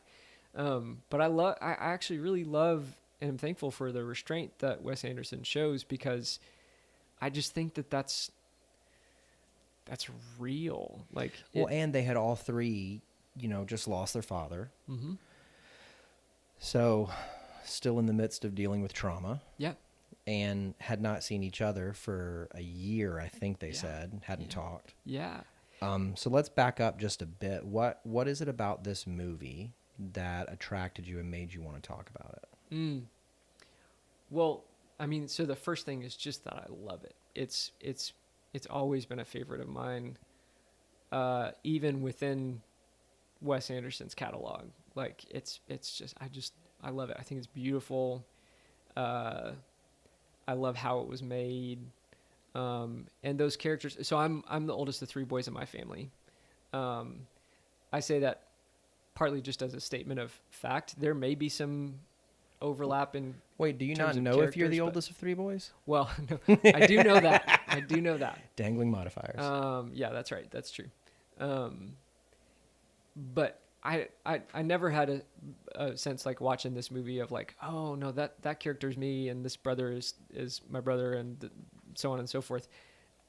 But I'm sure there's just brother dynamics that feel familiar. Like they have a way of talking to each other and relating to each other that. Stop ordering Foreman. Yeah, right. Yeah. Exactly. And yeah, they have things that they say to each other and ways that they say them that seem odd from the outside looking in, and that I can definitely What was it? All right, let's make an agreement. agreement. Yeah, and then later on, the mom says the same thing to him, and you Yes. go, Yeah. ah, that's where that Yeah. came from. Yeah, that's right.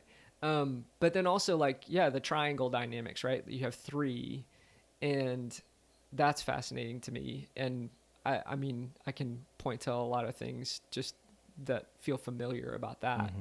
So not so much on the level of personality of the brothers, but just the dynamics of having three. Which I that way. thought this was going to be about family dynamics, because there's, and I get a bit lost in Wes Anderson. Right. So like I did not know until after I watched it and I went and read the Wikipedia page. I thought Bill Murray was going to be their dad. Right. Yeah. And he's just a guy. He's just the on-ramp to the story. Yeah. He's just a guy. Yeah. You know? And so there's little things like that where I almost feel like, oh, it's not really made as clear as I, would have liked it to have been. But I think the subtle interactions between the brothers. Yeah. And you see, you mentioned triangle, but I even think triangulation. Yeah. And, because it's clear that Peter and Jack feel tension with Francis. Yeah. And, then even within their pair, it's clear that, Jack, has a thing going with, gosh, I don't even know what her role would be on the train. Clearly, she works on the train. Yeah. In some capacity. Some sort of server or assistant. Yeah. And then there's moments where the three of them unite against the main. Yeah. I don't know what his role is either on the train. Conductor, maybe. He's like in charge of the train or whatever, and they're trying to distract him and get them off their case and that kind of thing. And then you see that Francis had this plan all along to get them to go and meet with their mom, who has basically abandoned them. Although I'll correct myself there, because my therapist a while ago corrected me in this: an adult can't be abandoned; they can only be left, because if you're abandoned, you can't take care of yourself. Wow. And the mom left after the dad died, or just before the funeral after the dad died. So they had been left. Francis wanted to reunite them, right? And he got the sense that they would have none of it, so he just convinced them to take a trip with him, and then surprise, this is really what it's about. Yeah, and right, and so to answer your question, like, A, I love it, but B, to me, the family elements of those characters are just so fascinating to me. So I think a lot about how Brene Brown talks about nostalgia and the role that nostalgia plays in families. Yeah, I think a lot about just all kinds of systems stuff with the way that they relate to each other. And I also think about the challenge of being an adult in your family of origin, and getting the challenge for each person in a family to get known again in their family of origin. Oh, say that again. Get known again. Yeah. Because you can be known as a child, you can be known in one role that you play in the family. Yeah.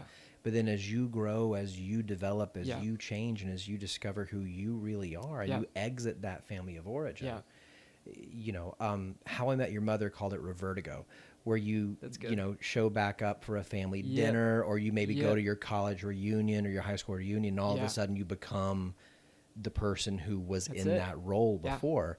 But to get known again as your true self currently. Right. Yeah. And it's Glennon Melton said, I'm going to paraphrase and also butcher what she said, but I thought it was powerful. She was responding to someone who expressed something like the idea that, like, if you can't be yourself with your family, then who can you be yourself with? She was pushing on that idea, saying, oh, no. As an adult, being able to be yourself with your family is the final frontier. Oh yeah. That's not the starting point. That's the final frontier. And that's actually not just true in really dysfunctional families or yeah, families where there's just a lot of disconnection already. That's also the case in functional or moderately healthy family dynamics. It's still really, really challenging for everybody involved just because of like implicit memory, Yeah. just Well, that's kind of instincts. the origin of systems thinking, That's or right. at least Bowenian systems thinking, was that you've got to go back to go forward. Yeah. So you've got to go, and kind of understand and process all the things that went on Yeah. and the dynamics and relationships from when you were younger with your family of origin in order to become a fully integrated Yeah. and a functional and healthy adult. Sure. Yeah. But then to enter the system again as that adult, Yes. you got the revertigo, and I usually call it default mode. Uh-huh. And it's when you're not like fully thinking and being intentional. It's Right. all the things that you slip back into, and Yeah. it's the easiest place to do that is within the family of origin. Yeah, that's right. And doing that is always awkward and involves tension and uncertainty because when you know when you have when you have homeostasis, right? When you have a familiar pattern of relating with each other, there's comfort in that, even if it's not, there's comfort in that, even if it's not helping anymore, even if it doesn't work anymore.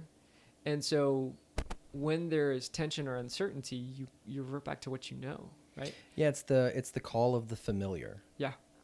Yeah. Just because something's familiar, that doesn't necessarily mean it's comfortable. Right. Although sometimes we confuse those. It just means it's predictable. You know what it's going to be like. Yes. Yeah. And sometimes we prefer that over the unpredictable nature of what could be good, what Yeah. could be better. Yeah, that's right. That's right. Yeah. But when you have in a family, when you're faced with that sort of tipping point of, are we going to figure out a different way to connect and relate, even though that feels uncertain and scary? In family dynamics and relationships, you have a fallback that's really well established. That's a well-worn path, even neurologically. And so if that new path starts to feel at all uncertain or tenuous, it's just so much easier to fall back into the well-worn path. Yeah, no work required. Sure, yeah. And so you see, what I love about this movie is you see that struggle in what I think is a pretty realistic way, that even on the heels of crisis, they didn't know how to talk to each other in a real way, in an earnest way. They didn't know how to connect in a real and earnest way. Even the movement that happens toward the end, we would see as pretty subtle movement. They're able to express some things more frankly and honestly with each other. And each of them in their own way has sort of a moment of self-awareness and reflection where they go, oh yeah, I do this a lot. That's helped in the past. That's been necessary in the past. Maybe it's not needed anymore or helpful anymore. But they're subtle moments. And I just think that that's oftentimes how it is for us. Like when I think in hindsight about my own story, it's so easy for me to go, how could you not see this and connect it with this? How could you not have understood the relationship between this and that? And why couldn't you see that if you just moved this way? Yeah, well, you're too close to the picture, though. That's right. And that's all of us when we're in our own stories. And so even though there's a frustration, and you feel this frustration, I think, with the characters, I don't think you look at any of those brothers and go like, yeah, that's the hero, or that's the character that I love who's really, he's great. You kind of feel frustrated with each of them, and with all of them together continuously. But I think it's an invitation to have self-compassion and compassion for those characters too, because I think that's oftentimes how growth happens is barely and poorly. And I think that's Anne Lamott who says change happens barely, poorly. And that's definitely how it is with those characters. Yeah, I think, something that stands out to me the most is when Francis, who's been walking around the whole movie with a head full of bandages, Yeah. kind of says, towards the end, it was kind of a suicide attempt Yeah. that had caused, Yeah. or what the accident actually was. Yeah. And you think, how far it had to go for him to be able to say that. Yeah. Whereas, and really, in that case, what that trip meant to him. Yeah. Because he had been at this place where he wanted to take his own life, and then for that to not come about, the very next thing is, I want to be with my brothers. Yeah. Yeah. Yeah. And even when he says that, when he acknowledges it, it's still passive and offhand. And you can see the brothers pick up on it, but you get the sense that they still don't fully get it. They still don't fully understand the gravity of what that was and the spot that their brother was in. And I think that's also true of families. Like, we're all so close that we lose vital perspective. We can't see the forest for the trees very often. Yeah. I feel like we could continue to talk about this for quite a long while, especially because I feel like, getting a chance to talk with you about the movie, it's almost like being reintroduced to it. Sure. Just because of my experience with Wes Anderson. Yeah.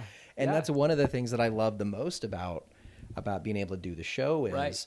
that even if I don't, get or I don't enjoy a movie, as soon as I get a chance to sit with the person that picked it, Sure. all of a sudden I find myself at the end going, I got to go buy that thing. That thing, that's incredible. I love that, Yeah. Yeah. But I want to kind of move forward and ask you, what's something that you have learned from your clients Yeah. in your work? Yeah. It's a great question. It's something that I ask myself a lot. Honestly, the first thing that comes to mind is just courage. I tell all my clients the first time I meet with them that I see their therapy as a growth process. And that means that the fact that they're sitting there with me tells me more about how courageous they are and, in a way, how healthy they are than it does about any dysfunction or problems in their lives. And usually that's a little surprising for folks to hear. But I really believe that to be true. Like, yeah,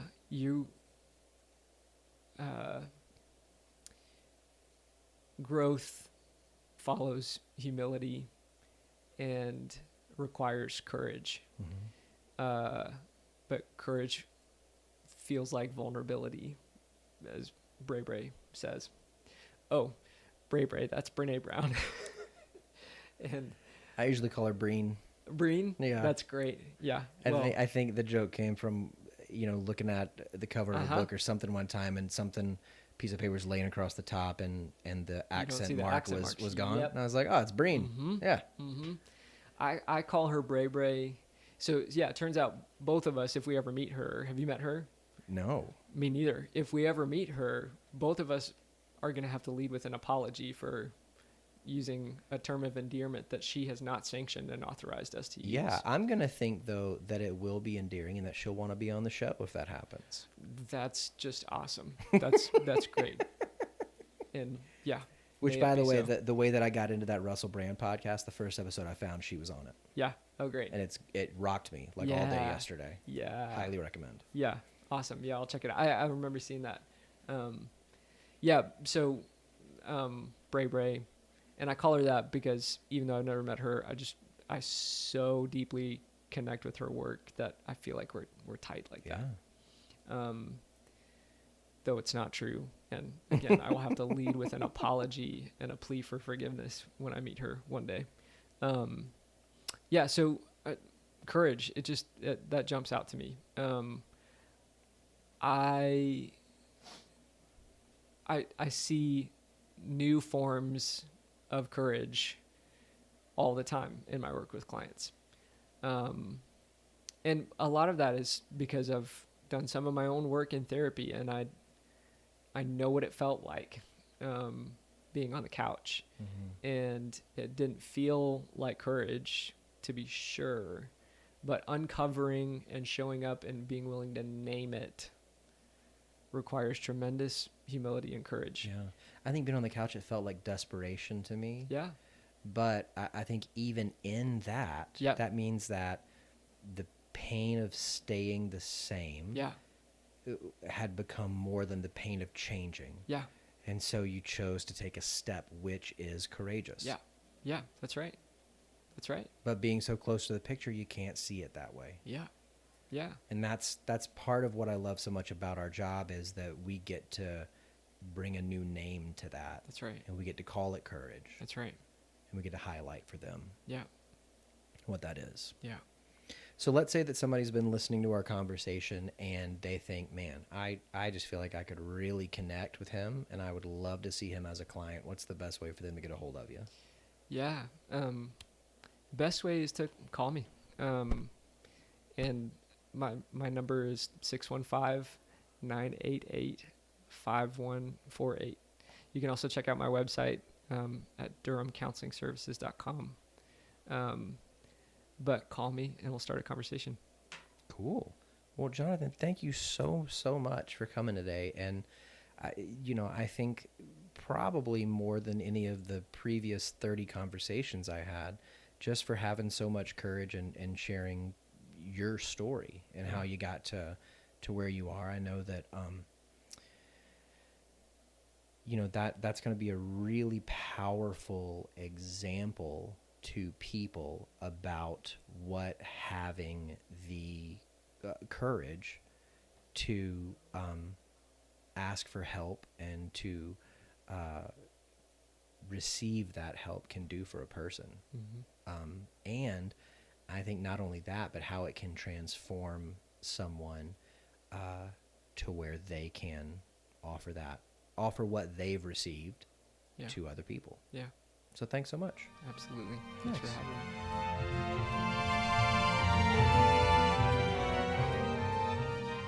Hi, my love.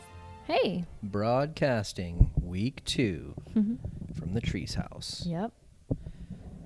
We've got a little bit more unpacked, and then we went and got another load of stuff from our apartment. Yeah, I feel like the analogy that you had, or metaphor, of moving is a lot like in Harry Potter when they touch the goblet of fire. Nope.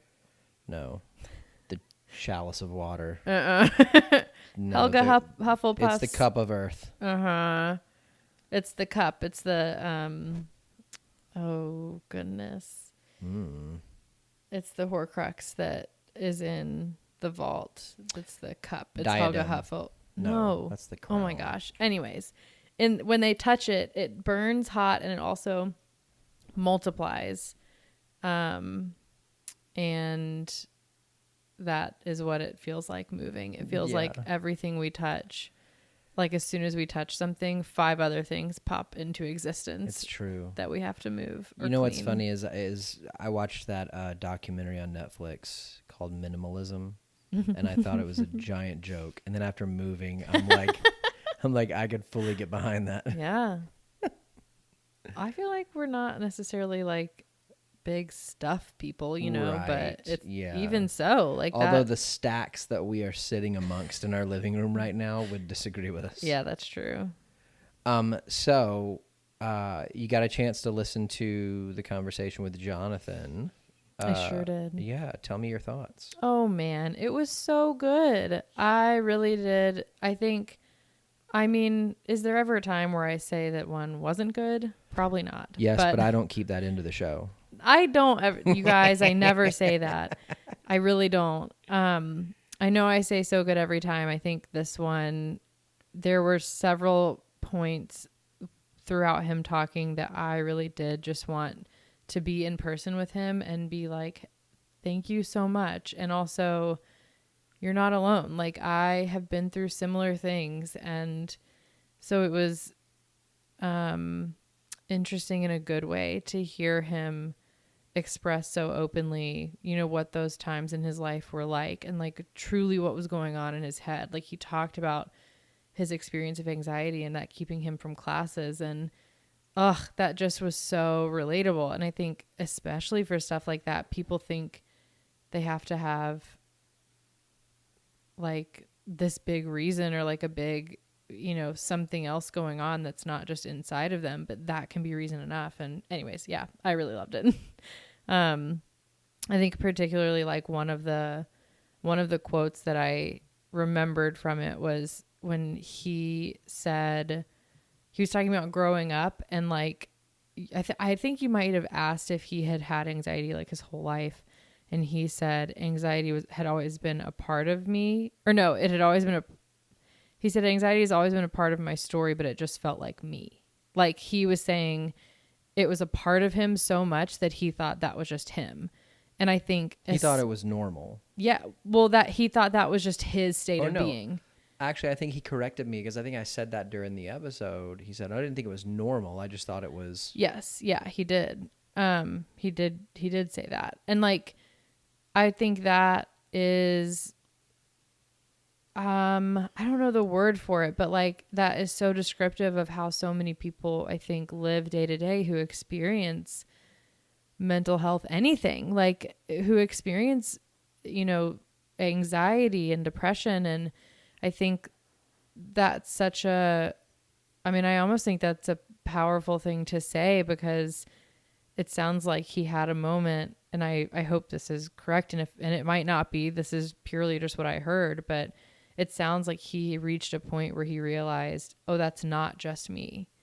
Like, I don't have to live with this on a day-to-day basis and not know how to deal with it. And it's not just me. That's not a part of me. It doesn't have to be, or at least it doesn't have to be in this way. I think anxiety can be a part of people, but, and also when he talked about his fear of telling his wife, it just hurt my whole heart to just think of, like, I don't know, just to hear his experience in those times. And I think part of it's because I identify with it, but part of it is also just because, I don't know, human feelings. And I just can't imagine. I feel like it's something that comes up in the podcast a lot, this idea of, oh, if I really show my true self, then this person or this group of people won't accept me. And that's what I heard when he was talking about not telling his wife and the people closest to him. It was like they saw one part of him or one side of him, and he, like, on, you know, internally he's feeling like, oh, I can't show them this side of me or else they'll fill in the blank. They'll leave. They'll not like me. They'll not love me, like all this different stuff. So I just thought it was interesting to hear that fear and how it manifested in behaviors, and in just like hiding things in general from people. Yeah. And I think it's interesting that, you know, that being the primary attachment relationship and typically finding such comfort from it. And I wonder if it's something along the lines of, and I think, I don't know, this may be projecting, like, I'm a husband, I'm your husband. Yeah. And I wonder if it's that, I think a lot of times we've talked about, you know, roles before, but I think a lot of times we also have this idealized version of ourselves. Yeah. That we think that we have to live up to. And if we don't measure up to what we think our idealized version of us is, then we feel shame around that. Mm-hmm. Like we're not good enough, but nobody else has set that bar except us. Mm-hmm. You know, and so I wonder if some of it is, you know, well, you know, my wife doesn't deserve a husband who struggles with this, or doesn't deserve a husband who struggles with that. And so I would never want to hide anything from her, but I also want to be this person who's a rock, who she can, you know, depend on and look to and be comforted by and know that is steady. And that's the assumption that if you're honest, that means that you are not those things. Some of the other things that I heard or thought, when he talked about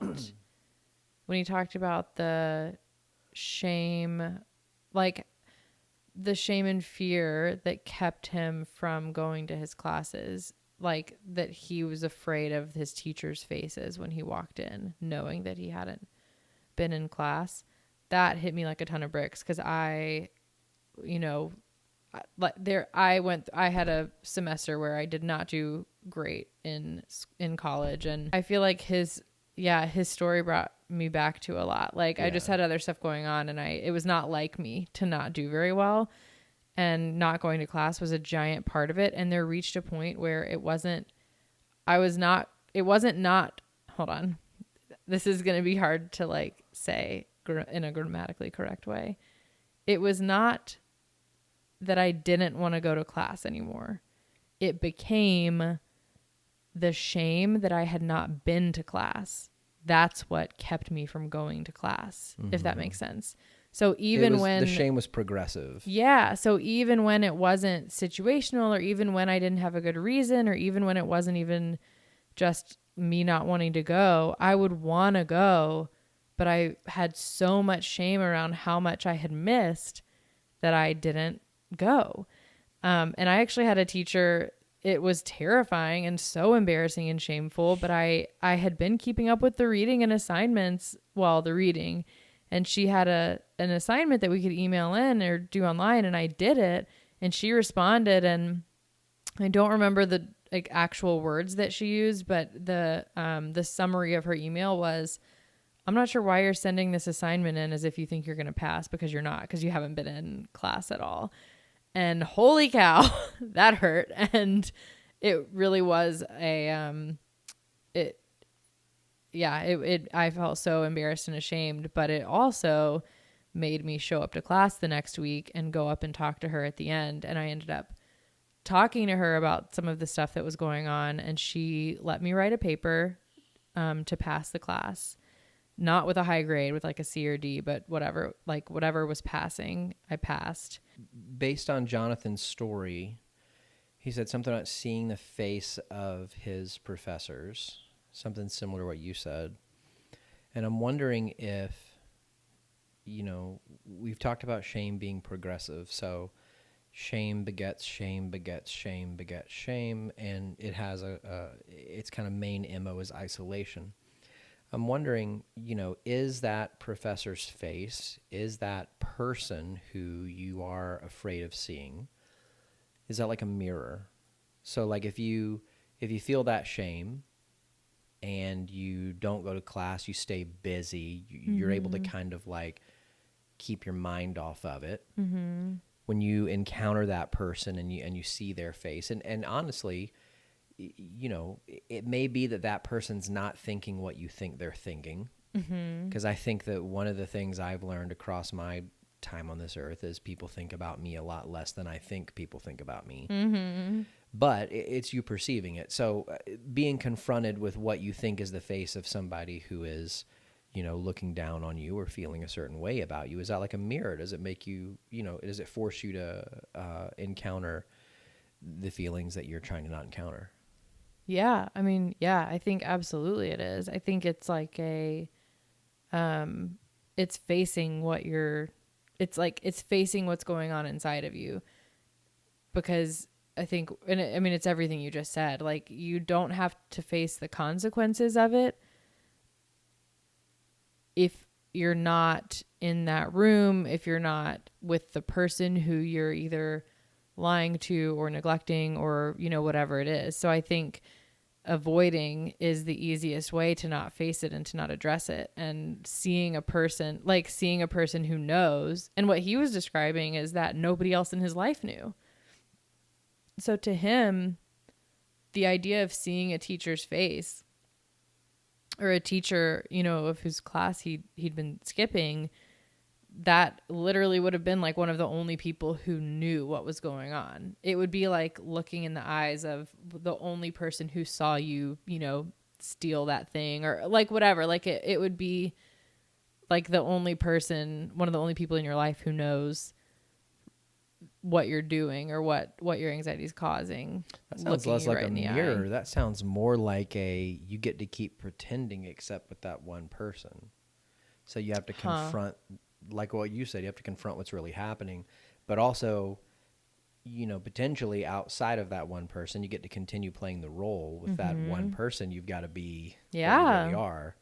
And that's really tough. I mean, I think if you're not at the place yet where you're acknowledging the anxiety or you're acknowledging the shame, no matter what it is, if it's not around the anxiety, it's around whatever. Right. But if you're not at that place yet where you're willing to acknowledge it and bring it forward, then it's painful. It is painful. I remember asking somebody a long time ago, how do you process shame? This is before, I got into grad school. It was really the very, very tail end of my own therapy as a client. And I remember they said to me, there's only one way, and that's that you got to talk about it. That's it. That's the only way. You got to talk about it. And I tell my clients all the time, shame grows in the dark. And the only way to kill it is to drag it kicking and screaming out into the light. That's it. That's the only way. You got to bring it out. You got to talk about it. Because that's it. It's the only way. Yeah. I think it also, that his story and particularly that part and parts of my story, I mean, I think everybody has this. It's not just everybody's story demonstrates this, but I thought that was an excellent example of our emotional pain being, equal to in intensity, like physical pain, like our bodies manifesting as physical pain. Yeah. Like that's a great example. Because of the stuff that was going on inside of him, he physically went to a building and sat outside and couldn't go into the building because of the pain and the intensity of his emotions and like his mental state. Yeah. And if you want to read more about that, Katie last week mentioned a book that I have in my office called The Body Keeps the Score. That's a great book if you want to learn more about emotions manifesting physically. I also love at one point that you pointed out, you said you were like reflecting back to his story and you said something along the lines of, it's okay to not be okay as long as it's past tense. And I really loved I wasn't affirming that. I was saying that's what it sounded like. Yes. Yeah. That's what you were saying. Like, that's the reason behind not wanting to appear to not be okay. And I was just glad that you said that, because I think that is a thing. And I think especially in our age, like our society, I think there has been a little bit of an upswing in the popularity of like going to therapy and the idea of self-care. Like, I think that's just a more popular thing to talk about. And the whole idea that like it's okay to not be okay is trendy. Like I think it just is. I think it can be kind of trendy, but that still makes it hard to be a mess in the moment. Like, it's still hard to show your true self, because even though we have this, at least part of our culture that says it's okay to not be okay, the majority of the time that we hear that is from people who have not been okay in the past.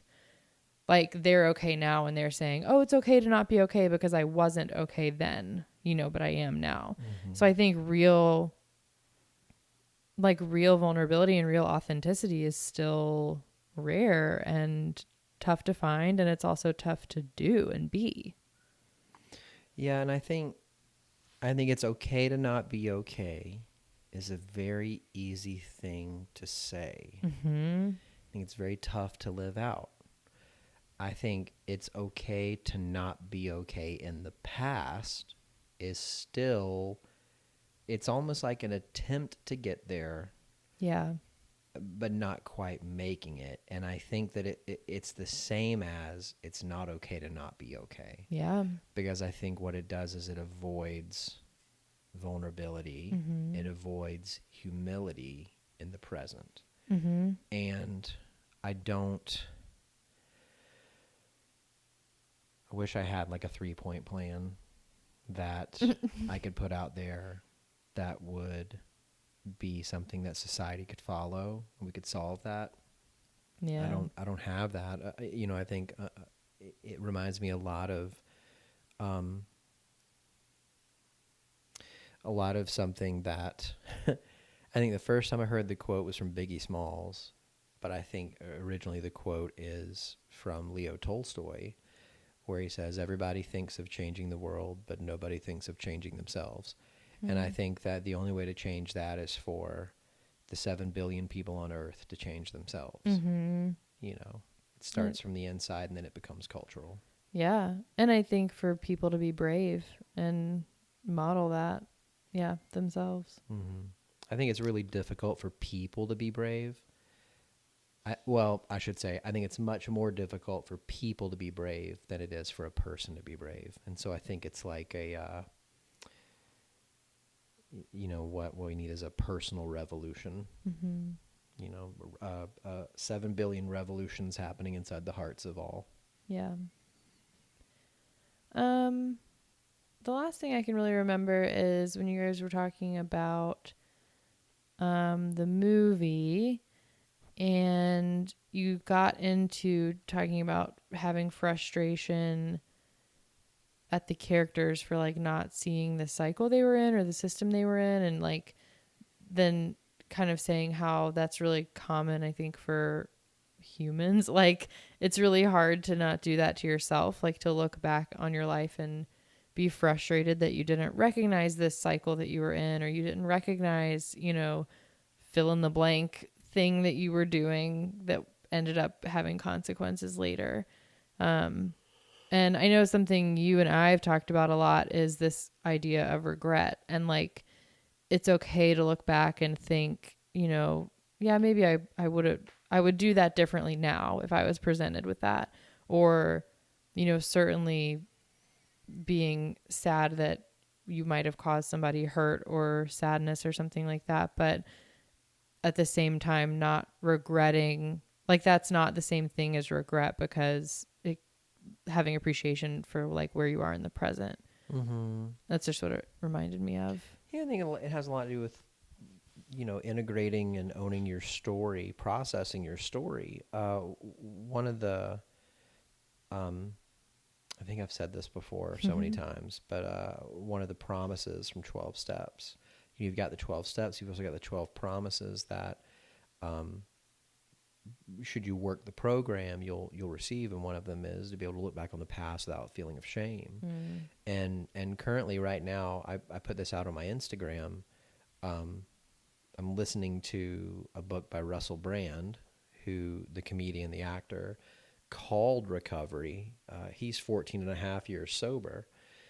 And I've been listening to his podcast this past week, but I found out he had this book. So I was like, cool, I'm going to check that out. I've lost count of how many books I've read on recovery from addiction. This may be the best one that I've ever read. And one of the things I love the most about it is he goes through each of the steps and outlines what they are, how to do them, but he also gives examples from his own step work. And in his step 8, he talks about processing through resentments that he had and hurts that he had caused his stepfather. And he says that by working his step 8, it caused him to go back. He said his first book that he had written, his autobiography, he had been very harsh about his stepfather, said a lot of things from a place of anger.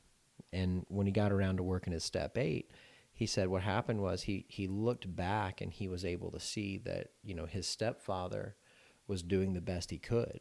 He wasn't being malicious, but, the things that he had perceived earlier as being kind of personal slights against him, personal hurts, he was able to look back then and see that he was just doing the best he could. And then through that, had hurt him, but that was different than what he had thought before. And he said, and I thought this was incredible, he said, part of working a program is looking back at some decisions that you've made and offering yourself that same grace. And like that. something I've been telling or reminding my clients lately is that, addiction is not the problem.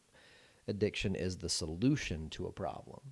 So whatever that, issue is that's going on, whatever that problem is, that distress, you're turning to the addiction in an attempt to soothe the pain, to solve the pain. And so, to be able to look back at your own past and see, yes, I did make these choices that I would do differently, but I was doing the best that I could, and to give yourself that grace.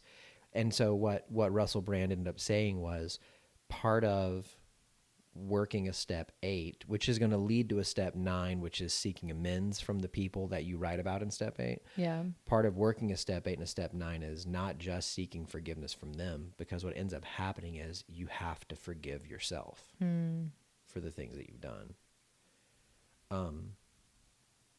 And so I thought, just to be able to look back and give yourself some grace, because you were doing the best that you could. And yes, you may choose to do it differently today, but you're not the same person today. Yeah. And so because of that, you're able to make that choice to do it differently. And I think that's a tremendous mile marker of progress and of growth, but also of change in a person's life. Yeah. What else you got, my love? That's all. Yeah. I enjoyed and really was just so honored to sit with Jonathan and have him tell his story. I was very, very honored that he felt safe enough and trusted me to tell me that. And it's my deepest hope that somebody out there is going to hear that and maybe hear a little bit of themselves in it and feel a little more free to know that they don't have to continue on in that, and that there is hope, and that they can reach out and get help.